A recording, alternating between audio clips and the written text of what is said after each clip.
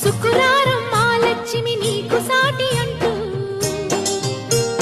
పట్టు చీర తెచ్చి బయట చుట్టమన్నాడు. సోమవారం జామురాతిరి తెల్ల చీర తెచ్చి మల్లె పూల కాపడాలు పెట్టమన్నాడు.